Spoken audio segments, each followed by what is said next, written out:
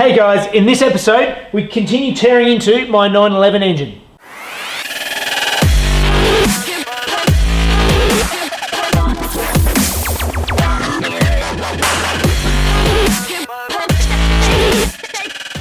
Alright, today we pick up where we left off, and I've got to try and crack these bolts on my flywheel, and I've gone and got the correct fitting for it, so let's see if it works.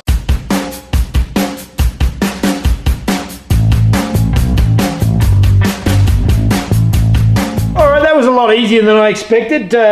When I tried first time around, I was trying to use one of these six-sided Torx bits, and I went and got the right one, which is actually a 12-sided one, and it came up pretty easy. So after stressing that it wasn't going to come off, that was pretty painless. So moving right along.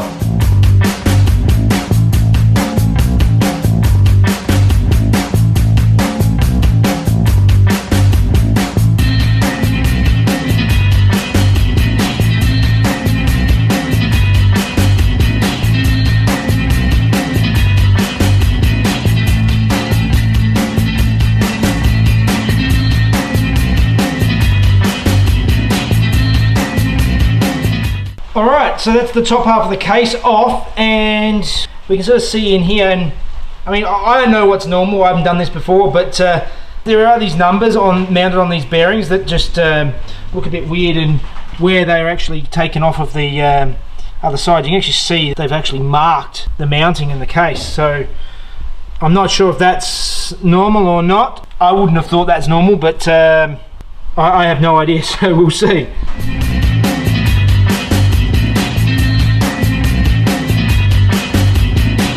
Alright, before I go too much further, I just want to make sure I go through and pack up all of these pistons and cylinders and put them into snap lock bags so that they're not left out to rust. The internals, obviously the pistons and stuff, they've got a little layer of oil over them, and they were sort of protected while they're in the case. But now they're out, I want to bag them all up, and I'll keep them all labelled so I know which one's which and where it goes. I'm probably not going to use these pistons. Something I did notice on the pistons is quite a few of them, if you can actually see on this lower edge, there's been some interference with the valves. They've actually come in contact with the pistons, and it's on pretty much every piston has got some sort of marking interference there, so that's a bit of a worry. I don't think I'm going to be using these pistons and cylinders again, but the cylinders look like they're in fair condition. The pistons have got the marks on top, but I don't know how they are. I'll keep them aside. If I want to use them at a later date, we'll just see how it goes. Alright, now I'm going to bag up the oil pump and the chains and stuff like that. Again, the chains will be replaced, but I'm just bagging everything for now, and I'll work out what I'm going to do later. I really don't know what I'm doing with the rebuilding side of the engine, so I'm saving everything, I'm marking everything, and then I'll work out what I need to do when I get to that stage. I generally don't think that far ahead, so I'll just play it by ear, but everything gets bagged, everything gets marked and labelled, and so I don't lose anything. Alright, now it's time to strip down the crank and get all the rods off, and the way to do that is to bolt the flywheel onto the base of the crank. So I've got to stand and work my way through it. Pretty straightforward, let's get into it.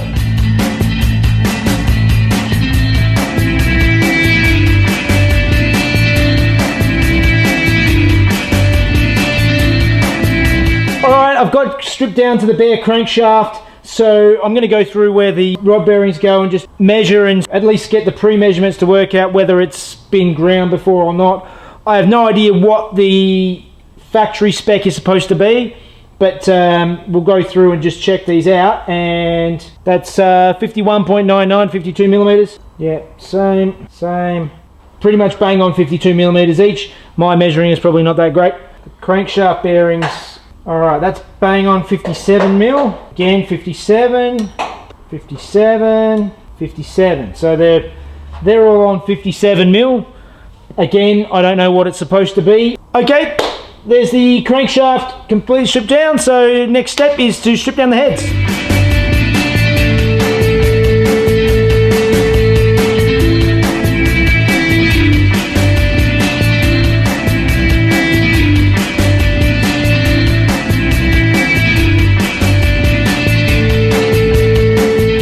that's one down, but you can just see here there's actually some really odd marks on that lobe there.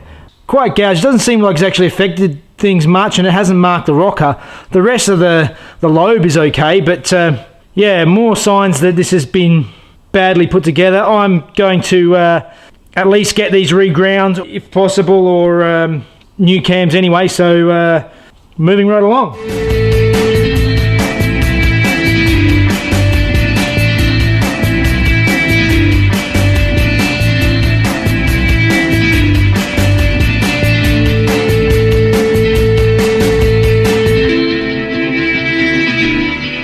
Alright, in the last leg I've got this valve compressor, just sitting it on, line it up the other side of the valve, lock it down, screw it in. Expose these two little collets on the end here, just get my magnet, take it out, there's one.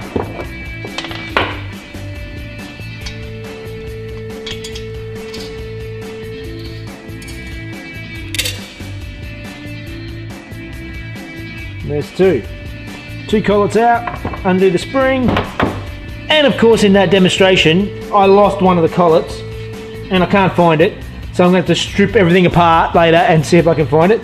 But yeah, basically once you pull the rest of the valve comes straight out, and that's one more down.